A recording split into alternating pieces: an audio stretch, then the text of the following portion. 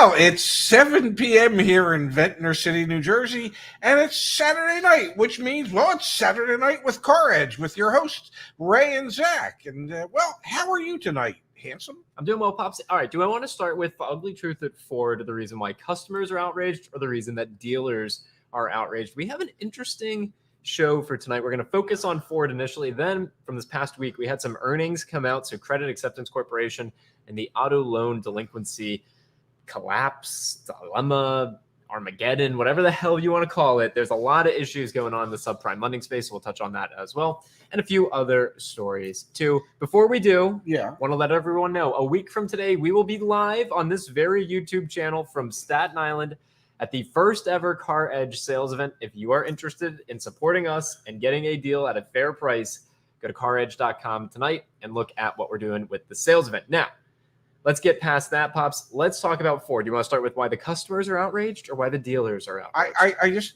I just want to ask one simple question, because your mother and I, we paid for 3 semesters of education at the University of Pittsburgh. Yep. And was there a course that I didn't realize you took, a course in hyperbole or something? Customers or dealers? Let's start with dealers. Let's start with the dealers. All right. So there was a very interesting interview that came out over on Twitter, but it's X, but it still says Twitter in some places on the website. And this came out from Car Dealership Guy. Have you seen what I'm about to play? I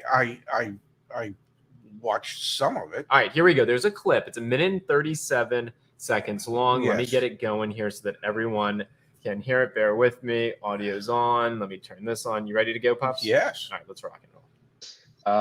If you've been a Ford dealer, might have had the store for generations, and you I think for some dealers, they feel like Mr. Farley's trying to become Elon Musk. Right? We're just going to throw away the old business model and adopt EVs. And splitting the company into 3 parts and him deciding to run the EV side. Okay, if you're a guy that makes 100% of your income selling nice vehicles, I'm not sure that makes you feel great. And when they said, hey, you're gonna have to invest, at one point it was $1.7 million per store to qualify to even get EVs shipped to your store. That's a significant burden for almost every Ford dealer, because the average Ford store is pretty small. Sell maybe 500 new units a year. Sorry about the echo. Let me get rid of that. Apologies. So to invest $1.7 million, how many EVs will you get? What will the margin get? Like, the payback period's terrible. And yet still a lot of dealers are trying to do it. And then the math on this, sometimes it gets a little comical. For instance, we had a client in the upper Midwest that called the city and said, hey, I want to put in these EV charging stations. Can you have enough capacity? They said, no, you don't have enough capacity, and we can't bring you any capacity for just more electricity. They couldn't bring it to a store. So he bought the chargers from the Ford supplier. He installed them. He built a wall, a 6-foot wall on 2 sides. And then behind the wall, he installed a diesel generator that powered the EV charger.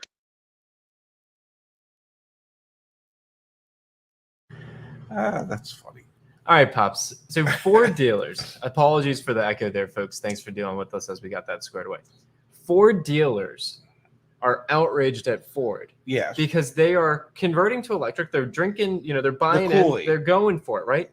To build a 6-foot wall to hide a diesel generator to charge the EV infrastructure at their dealership. Yeah, because, the city can't get you the necessary electric for it. Dealers are outraged because of that. Customers are outraged because the company that leads the league in recalls for the 3rd year in a row, year in a row, and this must piss off the dealers as well, except I guess maybe not, because they get to do all the recall service work. But what you're looking at here is this year so far, NHTSA recalls by manufacturer, and it's not even close. Yes. Ford is red. They've had 36 recalls. 17% of all the recalls in the United States this year are from Ford. 4.389 million vehicles impacted. Chrysler is second with 27 recalls and 1.7 million vehicles impacted. BMW, 20 recalls, 157,000 vehicles impacted. Forest River, those are recreational vehicles, 5,000 vehicles impacted. Navistar, those are commercial Trucks. vehicles, Yeah. 200. It's not even close. No. Customers are fed up because the quality of the Ford product isn't there. And, Dad, the other reason that customers are fed up is also going to be because of price. When you look at what Ford has done with average transaction prices, Ford's average transaction price in the most recent quarter rose 8% to $56,270, its highest level ever for Ford. The average Ford transaction price, almost $60,000. We've talked about on this channel a lot. We've talked about Ford a lot, and with good reason, because they're one of the big three in the United States of America. We have an opportunity. We're going to be at the Detroit Auto Show in a couple of weeks, in about 6 weeks now. And hopefully we'll get to talk to some people from Ford. I just want to ask them, what are you doing? What's the plan? What are you doing? Here, I can help you with that. Help me understand. The dealers, every time their factory rep walks into their store, are going, "What are you doing? What really? What's the plan? What is it you're trying to accomplish? Because whatever it is you're trying to accomplish, it's not happening." And the EV business, I mean, that story from Al Haig about, that was the interview from Car Dealership guy. About how a dealer, has to hide the fact that he's powering the electric vehicle chargers with using a diesel generator. And the fact that paid $1.2 million for the privilege to do that. Okay, to get his hands on vehicles when he can get them, that A, have no margin built into them, and B, at the moment, the public doesn't even want to buy. Ford had projected for this year, 2023, to produce 150,000 Lightnings. I believe if you were to check some numbers, that they sold less than 5,000 Lightnings in the second quarter. Okay, Lightnings are starting to build up on dealers' lots. People are not buying them. You don't need to produce 150,000 of them if nobody wants to buy them. So if you're a dealer, one of the dealers that said, I'll invest $1.2 million so I can be an electric vehicle dealer through Ford, you have to be thinking to yourself, what did I agree to get myself into? It is, these guys have been selling pie in the sky.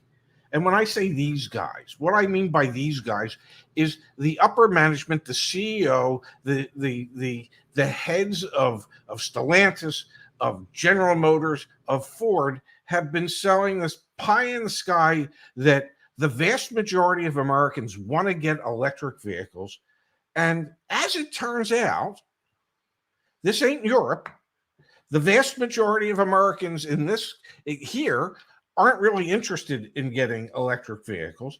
And if they do want to get electric vehicles, they seem to be much more interested in getting a Tesla, which is a proven electric vehicle, than they are in getting a General Motors product or a Ford. Did you see? No, we'll go there. We'll go there. We'll go there. You know what I'm going to say? We'll go there. We'll go there because the mock-up of the vehicle looks a lot like the blue on you. We'll go there. Let's stick with Ford. Okay. Let's stick with Ford. I know you're talking about the EV side of the business. Well, that's the business that's draining the money. And that's the business where the reason and the justification from a business context to jack up the prices for your F-Series. I mean, let's actually pull the data back up on the screen and let's look at this together. Let's dig into this as a team here. Ford brand had the biggest hike, with its average transaction price up 8% to $55,803. In high demand, the Bronco saw a 13% hike, its average transaction price over $58,000. The Transit van rose 13% to also $58,000, thanks to the addition of pricier electric model and strong demand and pricing power for commercial vehicles. We saw prices go up. The F-Series, their stalwart, their belle of the ball, had a 4% increase in average transaction price. The average transaction price for an F-150, F-250, F-350 is $66,000. The reason I bring this up, Dad, is because the thing that's underwriting, the thing that's even giving those upper management folks that you talk about, is the fact that they have an internal combustion engine business, an F-Series business, that for whatever reason, people buy these $70,000, $80,000, $90,000 pickup trucks. They're starting to less and less. The market days supply data shows that. That to me, it feels like you've got one thing that makes you a bunch of money and has the most freaking recalls. Yes. And you're trying your hardest to move in this other direction, and it's losing you a ton of money. And people, that the days supply of that inventory is even higher. Makes me question. They had said earlier in the year that they expected their EV division to lose $3 billion this year. Yeah. Okay. But they expect Ford overall to make, I don't know, 12 to 14 billion. Incredible. Okay. Even after losing 3 billion on the EV side of things. So I don't know, if I was an investor, I would tell them, well, you know what? That could have been like 15 billion you made if you didn't have those damn EVs. Yeah. Then they had to lower the price of the Lightnings to try and create some demand for the product. Hasn't really helped. And once they did that, within a matter of days, they increased the projection for EV loss for the year to $4.5 billion. 4.5. So ICE vehicles are there to underwrite all the losses that they have to absorb while they try to go into the EV business. Yep. And they haven't figured out how to get into the EV business in a manner that will allow them to make a profit, and in a manner that will allow them to keep prices low enough that they can garner market share because Tesla controls 60% of the market in the United States. Everybody else that's out there with their newfangled EVs, and everywhere we go, we see newfangled EVs. Everybody else is fighting for that other 40%. And ain't none of them figured out how to make money on them. Do you think we're about to see the big shift? The big, is this a catalyst type event for the auto industry? I know we've been on YouTube for 3 years with y'all here, and we thank you to everyone who has been a part of the CarEdge community. We've helped buy all that stuff. We've been operating in a different market than normal for the past 3 years. It's a new normal, which makes me think that there are going to be some pretty strange things. For example, we had Ford come out recently and say they're going to use Tesla's charging infrastructure. No one would have no one would have seen that happen a couple of years ago. Do you think we're going to see some changes, Dad? And what I mean by that is some automakers who say, you know what, everyone, you want to go spend tens, if not hundreds of billions of dollars to go compete with Tesla. We're going to carve out our lane right here. And it's just like what Toyota did back in the 1960s. We're going to build high quality, cheap as can be. Well, I don't mean cheap, affordable as can be. Yeah, because cheap has a negative connotation. Yes. Like, which automaker is going to look at what Ford's doing, look at what GM's doing, look at what Stellantis is doing, and say, you know what? We're going to build a car that people can drive. And we're going to just mass produce the hell out of it, and people are going to enjoy it. Some company's going to do that, right? Well, you would think. And there was Honda sales were up 58% year over year. Maybe it's Honda. It could be. And maybe like Honda and Toyota and Mazda, those three, and even Subaru to an extent, those four that have been kind of slow getting into the EV business. Yep. At the dealership that we're working with next weekend, what's the one vehicle they positively absolutely can't sell? The 4xEs. And Ram 1500s and the Subaru. Oh, the Subaru Solterra. Okay. Oh yeah, actually reorder that. Subaru Solterra, the Jeep 4xEs, Ram 1500s. Those are the three they can't sell. Okay. Yeah. So it appears to me that nobody's quite figured out how to replicate what it is. Oh, Brandon's in the house. What it is that Tesla's able to do. Now, there was a comment that we got on one of the videos about Ford, and a gentleman said, maybe we're looking at this wrong. Maybe this is Ford's way of driving their dealers out of business. Yeah, you know what? That is a super. For those of you, I just saw the comment come through in the chat, so we'll start here. We'll come back to this. Red Ankh says, "What's the ugly truth? Did I miss it?" The ugly truth is that there are Ford dealers out there who have invested over $1 million to have access to electric vehicles, and they're fed up because they have to install diesel generators to charge their EVs. It's fast backwards. And they're also fed up because there's no profit in the EVs that they sell, and there isn't any demand for the EVs that they have to sell. And there's slowing demand in general for Ford products. And then customers are fed up because Ford is, as we like to say, leading the league in recalls. Yes. And it's not even close. Ford last year they're at an MVP pace. They are at. I feel guilty because there's all these engineers that are out there to try and solve these problems. But holy hell, Ford last year had the most recalls. Ford this year is by far leads with the most recalls of OEMs. And the year before last. The year before. So the past 3 years, and they've come out and said, we're addressing this now. We've hired new leadership. Ford's had quality issues. That frustrates customers because your car ends up, your truck ends up in the shop. And the price point. We were just talking about average transaction prices at Ford are up 8% year over year.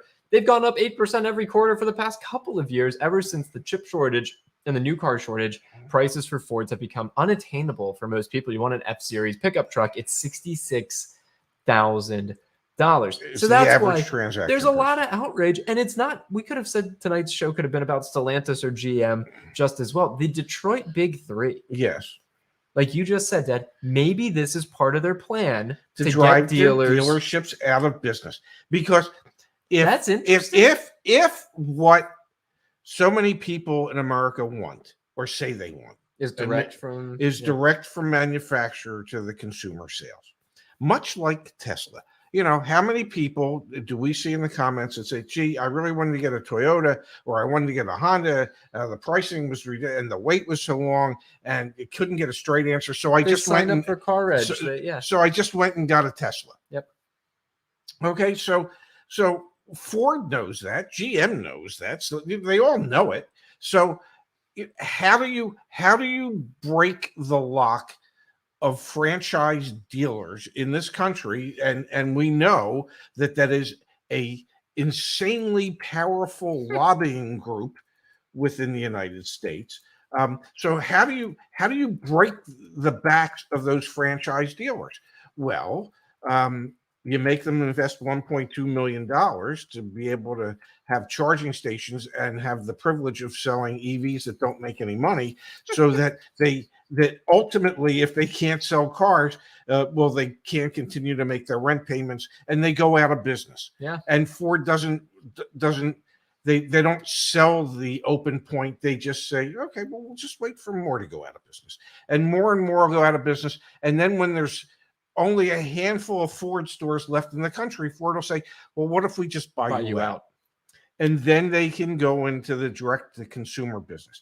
I don't know if that plan makes sense. I don't know if it works. I don't know that they're ever going to make an EV that people are going to want to the same degree that Tesla makes EVs that people seem to want. But I will say what I've said in the past, and that is, the early adopters for EV have adopted the vehicles they're going to adopt. And there aren't enough people out there looking to adopt any more of these EVs in the numbers that we have seen in the past.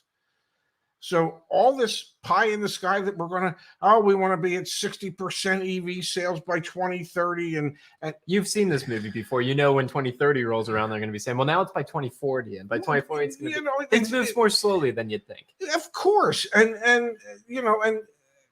there's been trillions of dollars that have been allegedly committed to advancing every one of these manufacturers towards EVs. And I said this to you before about the casino industry in Atlantic City. When casino gaming first passed and Resorts International first opened, and there was no competition, and there were literally lines to get into the casino. And not only that, you had to have a sport coat. So if you weren't wearing your sport, they would rent you one, just so for the privilege that you could go into the casino. And so everybody saw that. And the next thing you know, there's like 20 announced or 25 announced casino hotel projects for Atlantic City. Wow. And some of them got started and didn't get past like 2 stories of steel. Literally nothing but on the beach, 2 stories of steel. That's it. They ran out of money. The highest. We're watching that happen already. Lordstown, for example. Okay, so my point is that the most number of casino hotels there were in Atlantic City at any one time, I believe, were 11. And then it dropped down to like, I don't know, 7 or 8. Yep. I believe there are 8 or 9 now. It's so everybody's trying to jump on this EV bandwagon. Well, and the bandwagon's not that big. I think you make a really interesting point, Dad. I really think you do. Another piece to this puzzle that's impacting current sales, price point of those EVs is through the roof. We're going to do an experiment in just a moment. And the actual affordability of vehicles is worse today for new cars than it was even a month or two ago because interest rates have gone up. The average new car interest rate right now is 9.2%. That's mind-boggling to many of you out there because you'd say, no, last time I got an auto loan, it was 4%, 5%, 2.9%. For used, it's up at 13.61. So let's say folks even wanted to go that route there. Yes. Whether it's EV or ICE vehicle, a lot of people are on the sidelines right now because even as new vehicle prices become more negotiable and incentives have gone up significantly. Yes. Let me pull that up right here. And my favorite is Lucid. Yeah. Yeah. Incentives for automakers are through the roof. Yeah. They're up significantly. Lucid's offering $13,000 in incentives. Hasn't helped. Infinity's offering $5,600 in incentives. Polestar, $8,000. Tesla, $2,500. Ram is offering $4,700. Lincoln, $4,600. Jeep, nearly $3,000. The Jeep incentives are significantly higher if you look in the right places. Audi, nearly $5,000. Volvo, nearly $4,000. Mini, $3,500. Ford, only at $2,300, $2,400. Hyundai at $2,100. So the OEMs are looking at that, Dad, and they're saying, okay, people are on the sidelines because they just can't afford this stuff. Yeah, whether it's ICE or EV. And when you see the size of those incentives, okay, that's not necessarily the cash rebates. Okay, that takes into consideration what it costs per vehicle when they do the specialized financing. Like Mini, you could do $399 up to 84 months. Well, there's a huge cost to that. It's not like you can walk into a Mini dealership and get a $3,500 rebate. You cannot. But the cost of offering subvented, artificially low interest rates is really much more expensive than people realize. And that's where the bulk of the incentive money is going, and to try and keep the interest rates. I want to show you an example. Okay. I want to show you an example. The lease incentives right now. So we have the CarEdge sales event. It's 1 week from today. 1 week from today, folks. We've pre-negotiated dealer. Hell would be ending. It'd be ending right now. Yeah, the dealership closes at 7 p.m. Yeah. The dealership, we have pre-negotiated dealer discounts. The way that looks like is if you're on CarEdge.com and you click on this trusted dealer feature, we don't have any with Ford, and you do new, you're going to see all the pre-negotiated discounts. On Foresters, unfortunately, it's 0%. We have no discounts. They're all pre-sold. Yeah, at this dealership, they have no inventory of that. If I come in here and let's do Jeep really quickly so you can see it, you can see the pre-negotiated discounts on Compass or Renegade or Grand Cherokee else. And then on top of that, you get whatever factory incentives. Look at this. This is how slowly these expensive electric vehicles are showing. Yes. $18,481 when you add in, the way I had to program in the software, $18,481 in total discounts for a lease. The dealer discount on that's like $4,000, maybe $5,000. There's $14,000 in incentives because these automakers are looking at it.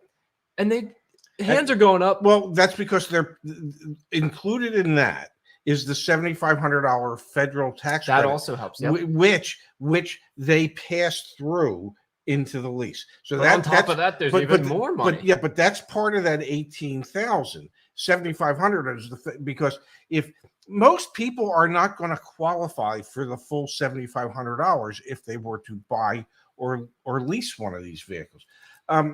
So yes, on electric vehicles, in many cases, the discount offered from the factory portion of it is much larger because they're passing through the $7,500 credit. Anyway, it's just an example of, to your point earlier, well, maybe the group of people who actually want to buy these expensive vehicles is smaller. Well, yeah, when interest rates are sky high and also the vehicle prices are sky high, that contributes to it. All right, let's come to the chat here, Pops. We've got from Maury. Thank you, Maury. Contribution, Maury. So much for the 2030 combustion engine ban. These corrupt politicians want to force on everyone. It does feel a little bit like that. Yeah. I'm not gonna fully go in that camp, but we're getting. It ain't happening by 2030. It ain't going to happen by 2035. No, I meant the politicians trying to force something on Oh us. yeah, of course they are. Okay. See, he'll do it. I'll teeter totter. Well, Is it a good time or a bad time to buy a new car? To pay off a politician? It's always a good time. Before we Okay. answer this one, Dad, I want to pull up. We did a live stream about this on what the was Ray the and Zach question now? channel. Yeah, exactly. Yeah. Orion saying with the UAM, which is UAW, strike Yeah. upon us, vehicle prices will skyrocket. Good used car prices will increase as they will be rare. The United Auto Workers are trying to negotiate September 14th, was it? Is the drop dead date for a new contract with United Auto Workers, which impacts the Detroit Big Three, Stellantis, General Motors, and Ford. If there's not a deal secured for labor, the people that actually produce the vehicles, then we do anticipate that prices would go up. Well, there would be. I'm sure the UAW will authorize a strike. Now, how long that strike will last, it could be one of the reasons why, a lot of the manufacturers have increased their on-hand inventory dramatically, is because they've been anticipating a strike. But think about that. Think about this question. Then we're going to keep going through. Think about this question from Jeff. Is this a good time or a bad time to buy a new car? We're not talking used. We're talking new car. And if I'm thinking about GM, Stellantis, Ford, I actually am probably looking now. I still think end of year is going to be the best time. But if that strike happens, I don't see why prices would go down, because inventory, the pipeline of inventory for those three brands. Now, if you're talking about trying to buy a Honda or a Toyota, wait. I don't see why I would, if you can, wait. Because they just have no inventory. Yeah. They truly have no inventory. But, that's my 2 cents. But the big three have inventory and will continue to have it. And one of the reasons their inventory has grown was in anticipation of the tough negotiations that were lying ahead with the UAW. And will there be enough cars for a little? It depends how long the strike lasts. And then part of what I suspect will happen is that the big three will go to the government and they'll say, we can't have this. This is bad for the country. And they will ask the federal government to step in and stop the strike. Oh, man. And stuff like that has happened before. Yeah. Okay. So I wouldn't be surprised if that were to happen. That is going to play out so interestingly in the political arena, because the perception of the automakers and dealers is the worst it's ever been because of all of the price gouging and market adjustments and things like that. Oh man. And I do go back to, there's never been a better time to buy off a politician than right now. They are available, ladies and gentlemen. Ah, man. Darian wants to know, Yes. or Daron, excuse me. Is it a good time to trade in and get a new lease? We are seeing such incredible downward pressure on trade-in values right now. It is sad. It's sad because a lot of people, folks who've been following us, knew that they were in a position where their used car was worth a ton of money relative to what they paid, what they owed on it. Mm-hmm. That is flipping right before our eyes. We are seeing every single day. I was talking to a gentleman, Dad, Steven. Steven's coming to the CarEdge sales event next week. Can't wait to meet him in person. He put $17,000 down on a truck that he bought last year in April. Yeah. He's in a $2,000 equity position right now after driving it for about a year. Let that sink in. He put $17,000 down. Okay. Well, there's certain things we don't know. Yeah. Okay. Here's the certain things we don't know. We don't know, A, how much he paid for the truck. B, if when he bought the truck, if it had some type of market adjustment that he paid for. It was a $51,000 used truck. Ended up, after they attached the extended warranty that he didn't realize he bought, it was up to a $61,000 vehicle. He put $17,000 down. It's just an example, Dad, of people put a lot of money down. They think, okay, I'm gonna pay it off. He's paid off $8,000 of it so far. And he's looking at himself. He's like, "Holy cow! Well, I've sunk a lot of money in this thing." Can I help him lower so I'll have even more equity? Huh. Cancel the damn warranty. Oh, I explained that. I was literally on the beach with my friends today. Yeah. On the phone with Steven. Yeah. And I was like, "Do you think you could cancel the warranty?" He's like, "Yeah, I put $3,300 in the warranty." I was like, "How many miles have you driven?" Yeah. And he's like, maybe about, it's a 60,000 mile 10-year contract. He's like, maybe around 10,000. I'm like, you can get 80% of that money back. Well, he's Cancel- not going to get it, but it'll go it'll to, the go to payoff. lower the payoff. CancelMyExtendedWarranty.com. We have a free guide on how to cancel your extended warranty. But I get my point being, No, is now a good time to trade in and get a new lease? it could be, but could be. my point was there additional dealer markup, and there was, because there was an extended warranty snuck in. Yeah. There was tax and state fees that typically add 10%. He somehow went 20% up. Yeah. So just because somebody put $17,000 down, if there was $10,000 of market adjustment and $10,000 of state fees, well, then $5,000. Well, but Yeah. I mean, if it was a brand new Ford truck that was $66,000 on average. No, we anticipate a major negative equity crisis. I mean, it's happening right now. It's happening right before our eyes every single day. So we have, for those of you who are unfamiliar, we have a ton of resources back at CarEdge.com. We're obviously pushing right now the sales event because we're very excited for next week. But if you click on sell, we have this like network of in-market dealers that offer to buy your car. You just put the information in there. And so every single day we see hundreds of offers come through. And the trend of people who are accepting those offers is falling. Yes. Because people are looking at that and they're like, wait, I thought it was going to be worth 25,000 and the offer is 17.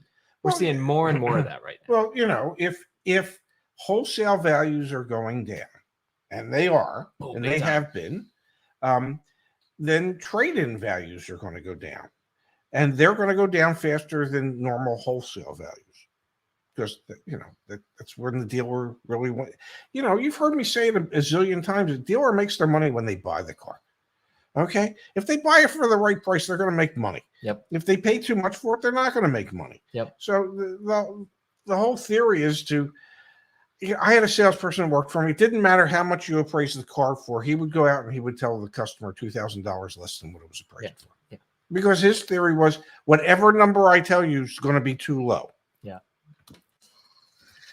All right, Pops, let's keep going through the chat here. We've got from Brayton. I wish Zach is right, but the truth is car makers know many Americans are used to taking out 72, 84, and even 96-month car loans, so no need to make cheap cars. This has become all the more clear to me as we've actually started to do the sales event. Every single person I've interacted with so far, Dad, except for one, has been, I want to lease this car. I want to lease this car. And you and I come on this thing all the time. We talk about out the door price. Mm-hmm. And every single person I'm talking to says to me, I love the out the door price, Zach, but can you make sure my payment's less than this? And I'm just like, damn it. And you know why that is? Why is that? Because 85% of all buyers are payment buyers. And that's all they look at. And man, this is what Brayton's saying. People have become conditioned. Did you see there was a chart today about states with the highest percentage of loans that are $1,000 a month or more?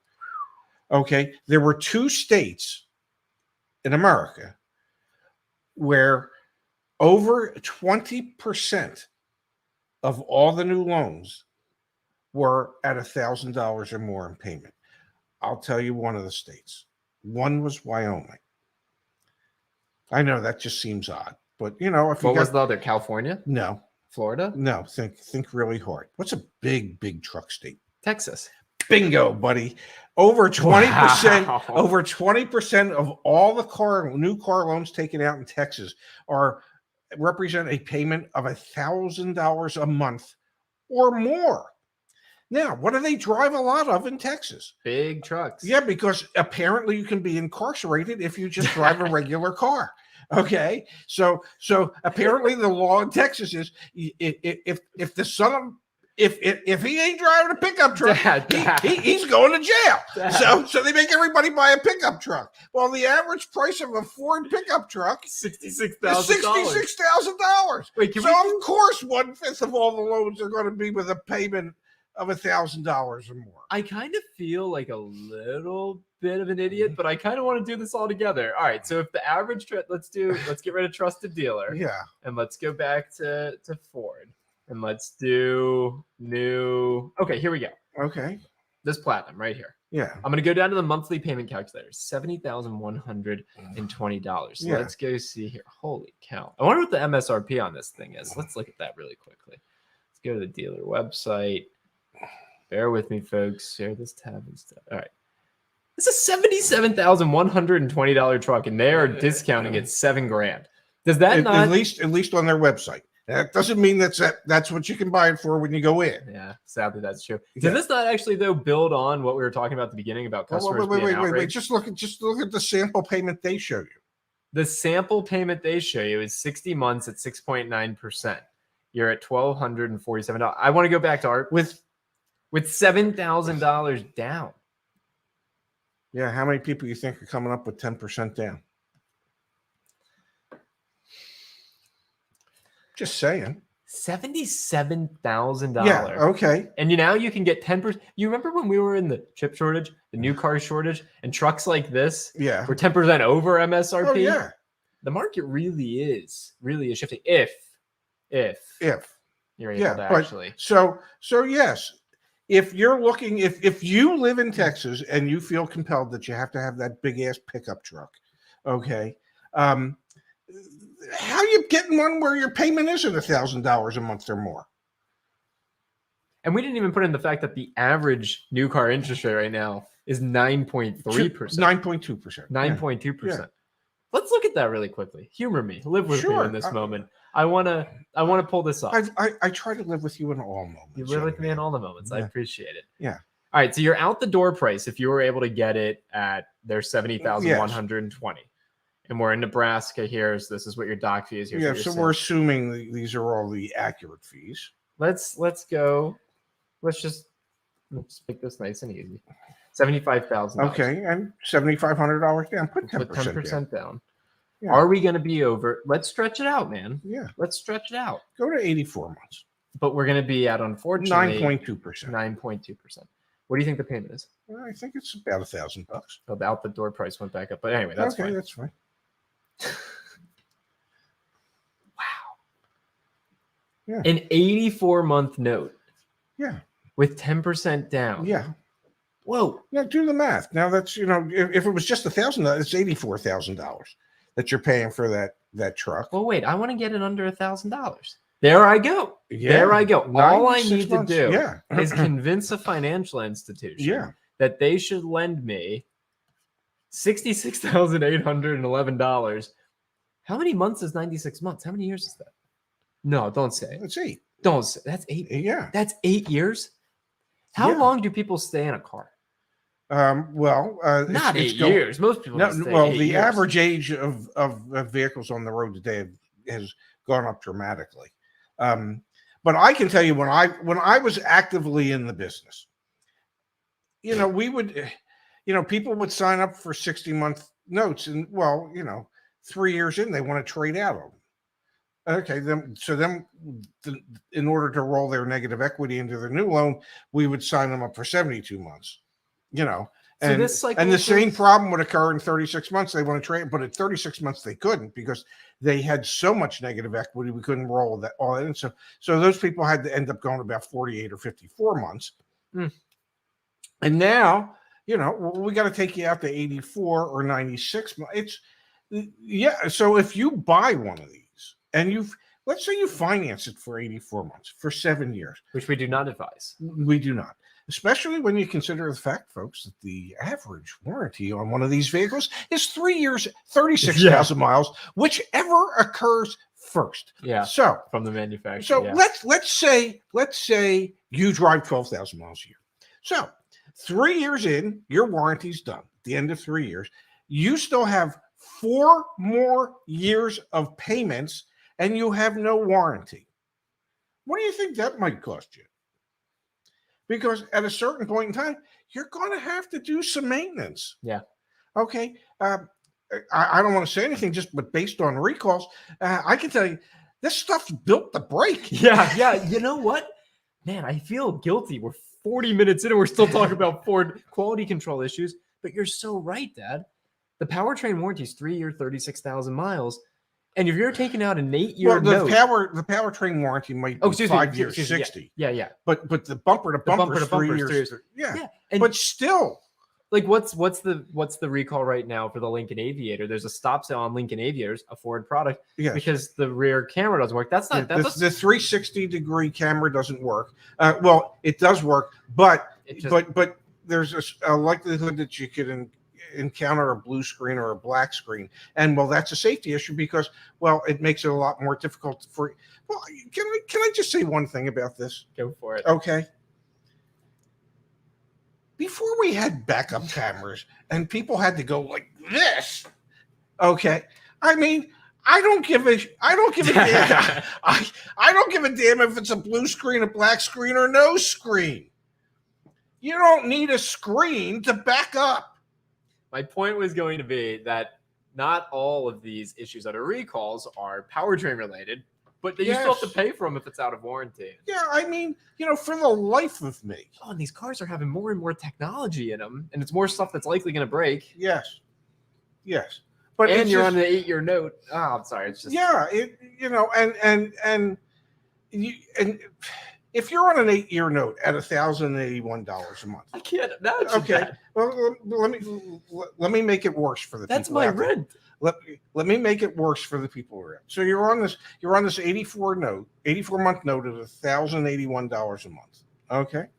Now, I'm thinking you probably stretched a little bit, and that $1,081 a month, that's not leaving you a lot for discretionary income. So I'm just guessing that those people that have those notes, they're not like, I don't know, putting an extra $100 a month into a savings account for when the car breaks, so that they can have some money set aside to take care of maintenance that it's going to need. They're just not in a position to find another $100 or $200 a month to set aside for something. Let alone set aside money in their normal savings account or their retirement accounts. I mean, people are stretched so thin. Well, I need to be stretched to be thin, but my point is financially, people are stretched so thin.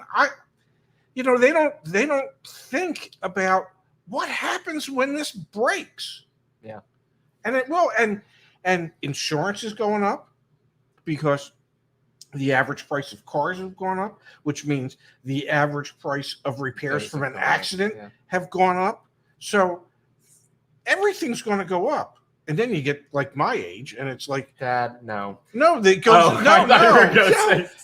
goes up because they just figure you don't have the skill set anymore at a certain age. And then, like, let's say I live to 80.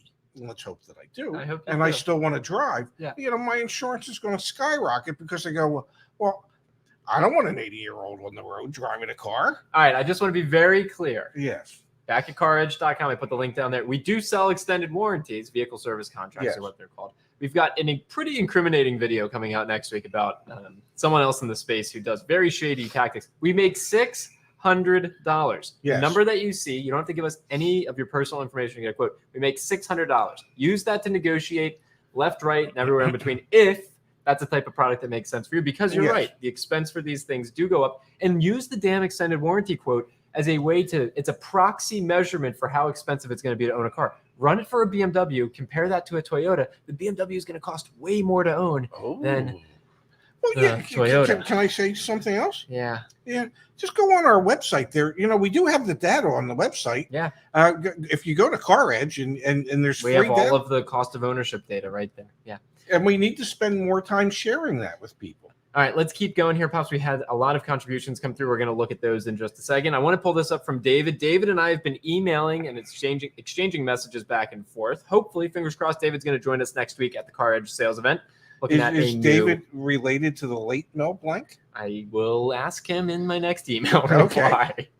So, David, yes, I'm happy you're here. Please share your experience thus far. Hopefully, it's been different than the traditional car buying experience. We've got this contribution, Dad, that came in from Michael Preston. Yes. I wanted an electric car, but I bought a Hyundai Elantra Blue for $25,000. I can buy a lot of gas for the $20,000 difference in price. You can indeed. Yeah. Wow. Thank you for the contribution, Michael. And that's a very much fair point. We've got here from Amon, Pops, $5 contribution, which we appreciate. Thank you, guys. Use the knowledge you shared to buy a new Camry SE for $26,000 out the door. Price of $28,600. Toyota financing at 2.75%. Yeah, my guess is that that's probably only 36 months, but that's fine. That's great. Yes. Yes. That's terrific. That's what you should do. Yes. From Shannon, we Thank always you, love Shannon. seeing you, Shannon. Thank you for the contribution. Excited that there's actual data supporting what I already knew here in Texas. I see this with my friends now. Hope to see you guys at a dealership one day here in Texas or a border state when we're down there. Hopefully we're near you. That's a massive state. Because that is a big state. That is a big state. Yeah. But yes, next time if we are down there. Do the other one. Go to that. In a minute, we're going to go there towards the end. We're going to go there towards the end. We're going to go there towards the end. Because now, Dad, we need to talk about General Motors. General Motors made a big announcement the other day. We're talking about vehicle affordability. We're talking about the push from the OEMs that we need to go electric. Yes. General Motors made a huge announcement that's a progressive announcement, an announcement to help us really realize this vision of affordable American-made vehicles. Yes. Dad, I'm proud that the biggest automaker, one of the biggest automakers, actually they are the biggest automaker if Toyota doesn't beat them. In the United States. In the United States. They're not in the world. Toyota's still the biggest in the world. The commitment to vehicle affordability has never been stronger. Cadillac, one of the General Motors brands, prices new Celestiq. Did you say it's Celestiq or Celestiq? How the hell do you think they want you to say that? I'm not sure. Well, we got you. Celestiq. Why don't they just say, why don't you just call it, we're grabbing it now. I'm going Celestiq. Okay, Celestiq. The new, who doesn't want the new Chevy Celestiq? No, it's Cadillac Celestiq. The new Cadillac Celestiq. The Chevy brand will be at least 100,000 less. $340,000. Can I help them with this? Take a look at how well Lucid's doing. Yeah, exactly. Okay, Lucid's losing. What was it? $555,000 per Lucid sold. Okay, so and they're less than that Cadillac. And I'm guessing it might even be. I've seen them. It's really a wonderful looking car. But the Lucids. Yeah, the Lucids. Yeah. I mean, nobody in their right mind's buying them. Yeah, but they're cool looking. They are cool looking. But why would anybody spend $340,000 for an electric Cadillac? Now, having seen that, I understand why about a third of the Cadillac dealers took General Motors up on their offer to buy them out when they said, we're going to go all electric. You're either in or we'll be more than happy to buy out your dealership. Buy me out. Because who's buying that? And my guess is there's no margin in it for the dealer. What video did we do recently? We visited, Dad. We visited our local Mercedes-Benz dealer. Okay, so we're going up market on expensive electric vehicles. And let's look at this. This is Omaha, Nebraska. That's the zip code I currently have in here. Yeah. But let's look at Mercedes-Benz. Let's do new, and then let's do fuel and performance, electric.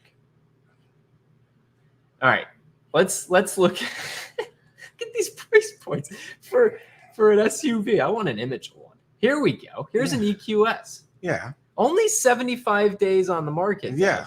A market day supply, only 165 days supply. Yeah. That's pretty good. Okay, and that's less than half of what that Cadillac is going to go for. So if you are those dealers, you said it earlier in tonight's show, you said that maybe what we're witnessing with the automakers investing all this money in expensive EVs that no one can seemingly afford, is actually a ploy to get their dealers to throw up their hands and say, you know what, enough. Just buy us out. Yeah. Because you're right, a third of Cadillac dealers last year took buyouts from General Motors. No, this ain't going to work.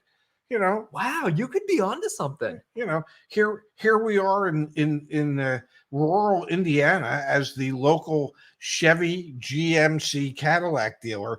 You can have my Cadillac for because ain't nobody, nobody's buying an electric Cadillac when they have to go buy, I don't know, $500,000 combine.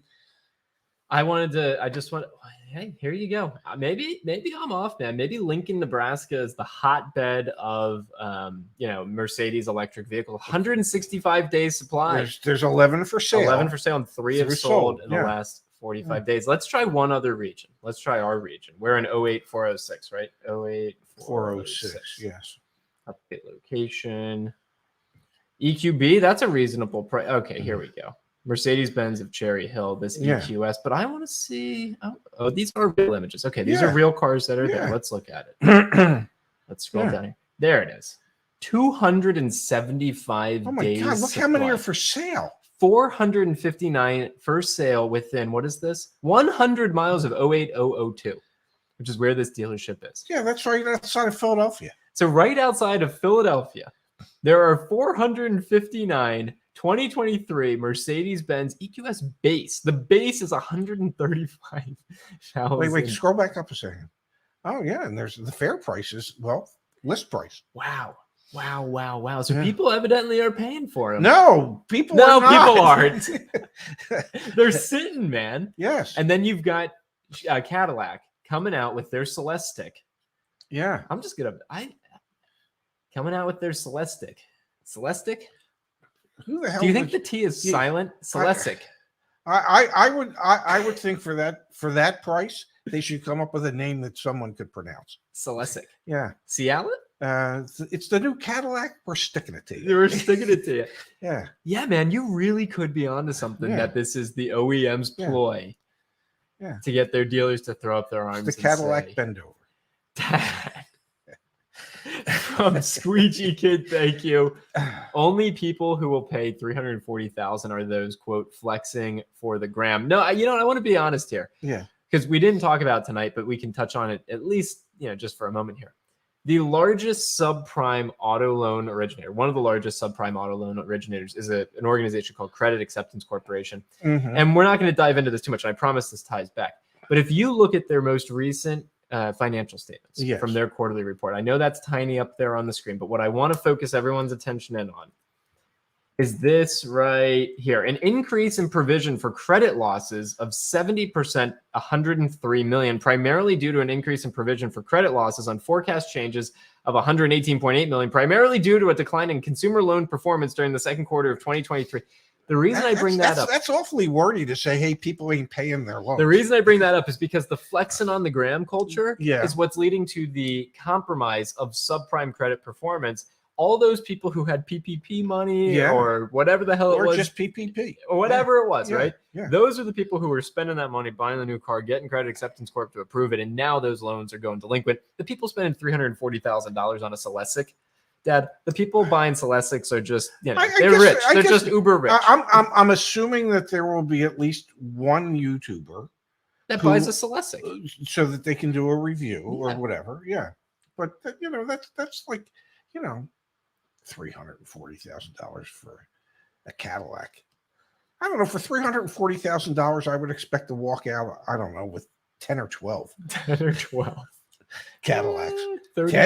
10. Yeah, 10. Yeah. 10 seems reasonable. Maybe 5, but, Laura 6. Saltzer in the chat saying you could buy a lot of White House subs with that money. Yeah, and for those of you who don't know what White House subs are, they are delicious. Look up White House subs in Atlantic City, New Jersey, and they are perhaps the finest submarine sandwich made in America today.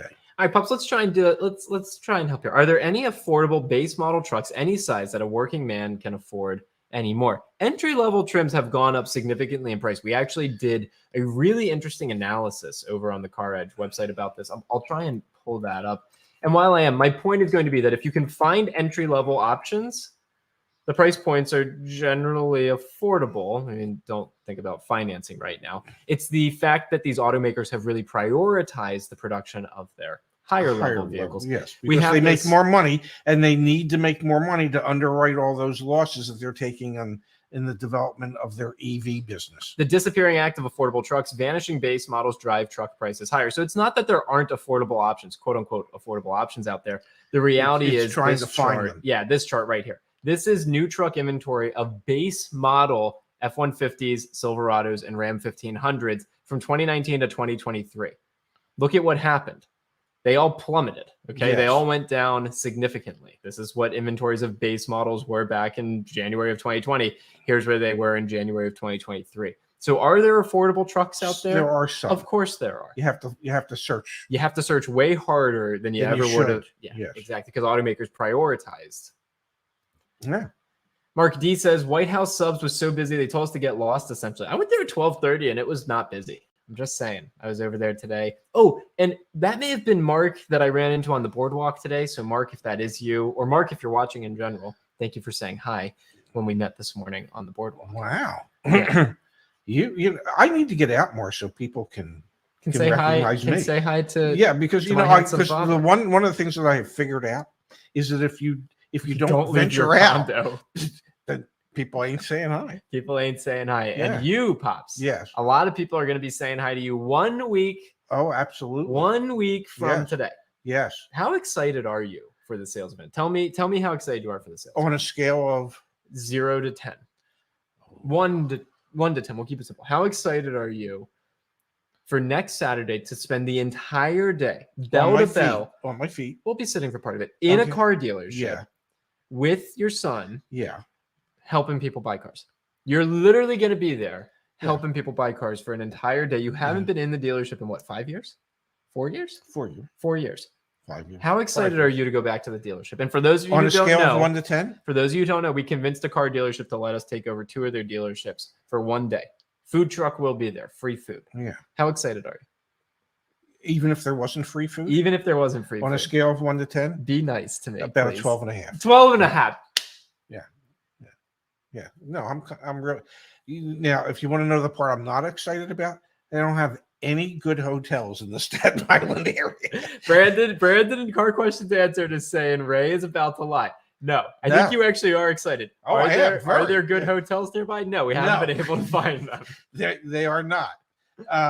But yes, about a 12. I am so excited to be within the confines of a dealership again, carrying on, having a good time. Meeting and greeting people, having conversation, trying to help counsel people when it comes to what it is they want to do, and try and decipher why it is they want to do it, and try and help them decide if it's really in their best interest to do it. So yeah, I'm really looking forward to it. It'll be a great deal of fun. It'll remind me also why I retired. Yeah, totally. Will remind you why you retired. Yeah, but for 1 day. Yeah, I'm really excited. If you're in that region, you drive past Highland or on Highland Boulevard, you will see our logo everywhere on this dealership, which is really great. We've got here, Dad, from Chris. Have you guys thought about adding more ranges in between 2 and 500 miles in your car search? And I want to take a moment to let everyone know why you should be using CarEdge.com to either find a car to buy, Yes. or if you're going to sell a car, obviously start there as well. When you're on the browse, click on Browse Cars.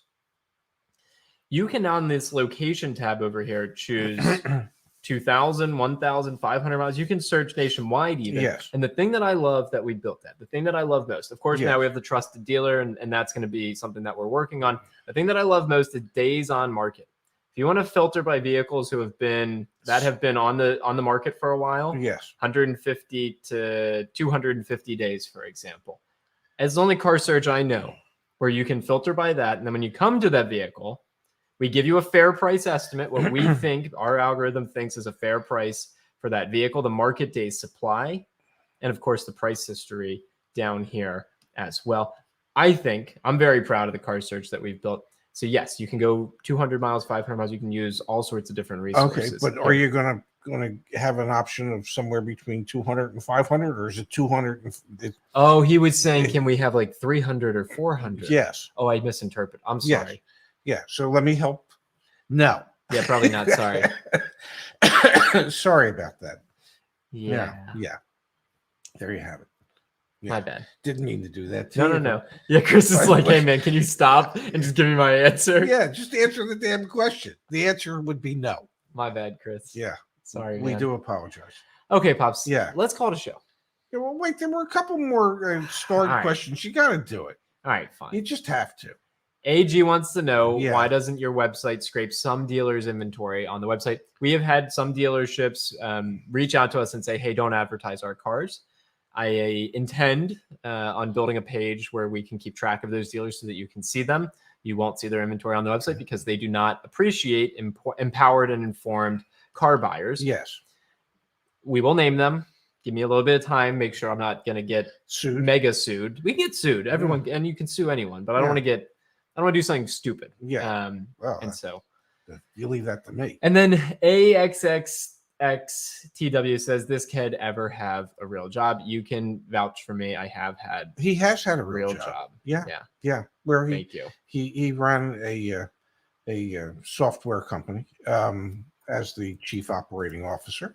Only reported to the CEO, the owner. So yes, he's had a real job.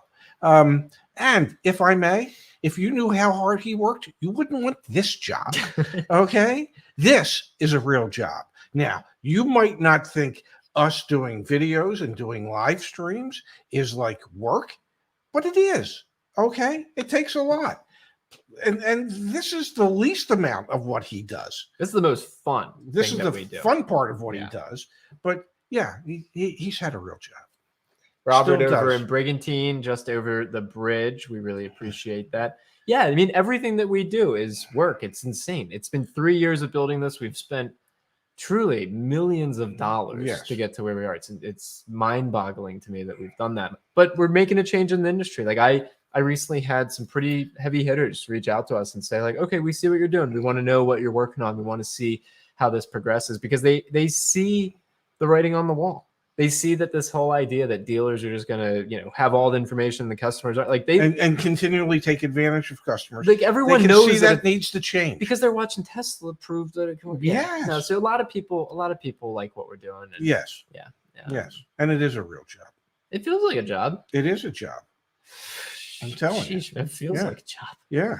We're on LinkedIn. You can connect with us on LinkedIn. Yeah. That makes it a real job, doesn't now it? you can call it a show.